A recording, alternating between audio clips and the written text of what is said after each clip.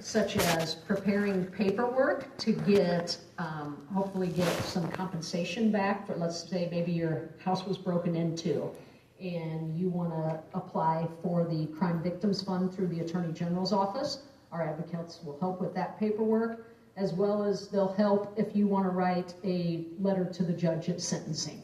You know, they can help you talk about the experiences that you've had and things that would be good to put in a letter. So anything in between, on the front end to the back end, the advocates are there for you. A couple things that I'm one thing that I'm probably most proud of I've been state's attorney going on 7 years now, and one of the things that I'm most proud of is Kiwi. Now, some of you may have heard of her. Kiwi is our facility dog, and she's there to make the court system less traumatic. She's in our office mainly for children, but we've had even adults who request her to go up into court with them. And I've cleared it with the chief judge where Kiwi can actually go into the courtroom. So when an individual is testifying, Kiwi can sit with them. You know, she has to be out of the view of the jury, because that could be, some would say, well, the jury's going to be too sympathetic and fine, you know. So, but she's trained to sit under the witness table, there with the victims and the witnesses when they testify. The interesting thing about Kiwi is I'm actually not a dog person. I've been bit too many times in my life. I'm a cat person, but I couldn't find a facility cat, so we went with a facility dog. But I knew that Kiwi would be a hit. I knew that it was a good thing for kids. I didn't recognize the impact that it would just have on everyday people that walk through the courthouse and have heard about Kiwi and want to meet Kiwi or want to see Kiwi, or, oh, can I pet Kiwi? Is Kiwi in today? It was so powerful that I ended up creating a Kiwi Goes to School program where we take Kiwi out to all the schools. And my goal for that was I wanted kids to know Kiwi before they came to court, so that when they came to court, they already had a friendly face, even if that face was a canine. And that's been incredibly popular too. You know, we'll go out, we'll do a presentation, we'll talk about Kiwi. We have like activity coloring books that we hand out to all the students, as well as like trading cards that we give them. And then we'll do, Kiwi has some fun tricks that the kids like to see, and then obviously they all get to interact with Kiwi and pet Kiwi too. So just been a phenomenal program. I didn't really know. We were the first one in our circuit. I think we were one of the first, a handful of the first in the state of Illinois. So I wasn't sure how this would go, but it's been tremendous. It's been a huge success. And I have a little bit of a preview coming soon, a week from today, actually at about this time, I think 2:30 or somewhere around there. We're swearing in our second facility dog, and her name is Feta. We are very excited about that. Feta is going to be solely designated at the Children's Advocacy Center. She's already been there for a while now. We just haven't made it official yet. So that's coming soon, which I think will be a tremendous lift for kids who have had the worst things happen to them in their life. I know I said a lot there. I'll turn it over to my colleague, and then obviously I'll answer any questions that people have. But I do think that in today's society, we've lost sight of the victims in a lot of ways. So thank you again, Yolanda, for having this event and even just getting some awareness out in the community that it's really the victims that we're representing every day in the state's attorney's office. Okay, so again, my name is Dr. Sakoni Reed. I do teach community public health nursing at Bradley University. As far as what I personally do for in regards to violence, I don't have direct service point with victims or even perpetrators, but I would say what I do is more take on a bird's eye view to really understand violence in its totality, from the victim standpoint as well as the perpetrator's standpoint. So when we are talking about community public health, we do know violence has an impact on health. So that's my whole thing. I'm looking at violence and its impact on health. And going into community public health, it's always about looking at the root cause of the problem. What is really going on? Why are people committing violence? And then also looking at how we can care for those who are impacted by violence. So it's really looking at the whole picture. So violence, we know can cause physical trauma. So as a nurse, nurse educator, training other nurses become nurses. We of course teach them how to care for people, care for victims of violence, all types of violence. You understand that there are, I don't know, how many types, but child abuse, sexual abuse, domestic. There's a lot of types of violence. So we train nurses how to care for patients for violence, and then there's a huge mental health component that can impact social determinants of health, which is that's community public health. That's what I'm looking at and seeing how we can reach an equity. So social determinants of health are all of those social issues that you may not, attribute to health. Whether somebody has enough to eat, do they have enough money, do they have access to health care, all of those things. We know that when they don't have social determinants of health, it leaves them in a desperate situation. That does not excuse why people commit violence, but it gets us to, from the public health standpoint, to look at those issues and say, can we address some of those social determinants of health to make people not desperate enough where they need to go rob somebody so they can get money, so that they can, buy food, and, so on and so forth. So I act as an advocate in the community for those social determinants of health, and we're looking at that several years ago, and how we can qualify violence as a communicable disease. We understand communicable disease, so if we can attribute that, then it will help us to see how we can control violence, all right? Like how we control some of our communicable diseases. So that's I'll say my work in the realm of violence, looking at it from a health standpoint, and also looking at how we can help perpetrators as well as victims. Questions as well? Okay, thank you. Go ahead, Mr. Yeah, I'm going to McGowan. leave in a minute. I want to ask. So I will be in touch. Thank you, Mr. McGowan. All right. So anyway, so now I'm back. And I don't know if many of you know, well, most of you probably did know it anyway, it's not a secret, that I have lost a son. So I'm a victim and a survivor of violence. My son was killed in 2006.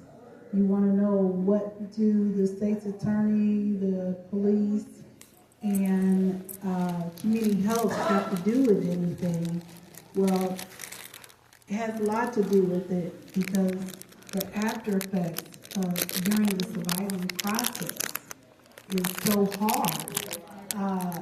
It's almost a challenge and unbelievable. For me, it's been, it'll be 20 years for me in September that my son was killed.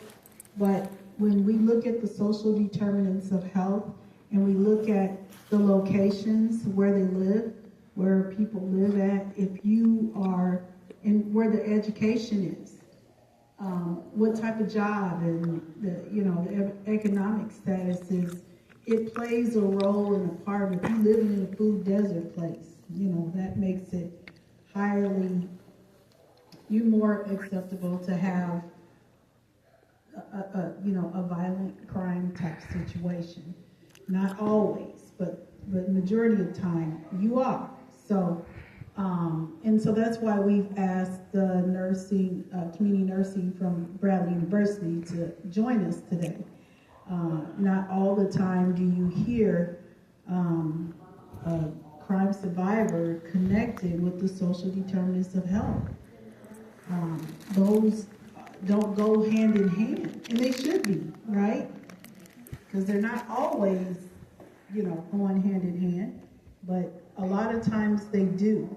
And then when you break it down to the other statistics that tell you if you, black or brown person, you're more acceptable to experience a more violent crime.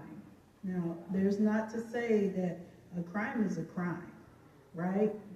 But the effects that it has on a person's human body after these violent crimes and this whole thing called prolonged grief. Like now we have lots of social workers, and we have one with us today with OSF Strive, and she can tell you that there are, there is attached to some of the crime, depending on, what the end result of it was. The end result of the person experiencing the crime. Sometimes there is prolonged grief. If you're talking about rape, that is still a crime. There is some prolonged grief with certain different levels of crime. If you talk about being a kid and you see something that happens, that type of trauma is you're going to experience some deep grief, and it's going to take a lot of work to get you to work through that. So then you think about our community and where these people go after this crime has happened. Where do the victims go? Where are the survivors? Okay? Not always can they re-enter back in the community and be part of the solution, right? So we must have a little space, a little time for them to heal. And our hopes with this Crime Victims' Rights Day is that we can encourage more survivors to get involved in the community after they've been healed, after they've been treated, and allow them to be heard. So anyway, with that being said, I'm going to let you watch a small introduction to a documentary that we produced this year. It's called Life After the Tragedy. And then after that, it's just a few minutes. And then after that, we'll open the floor and allow everyone to ask questions. Okay? Okay. Thank you.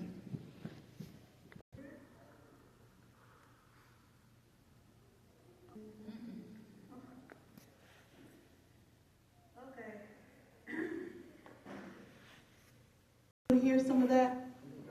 No? Oh, good. Sorry about that. But anyway, hopefully we will get the sound going.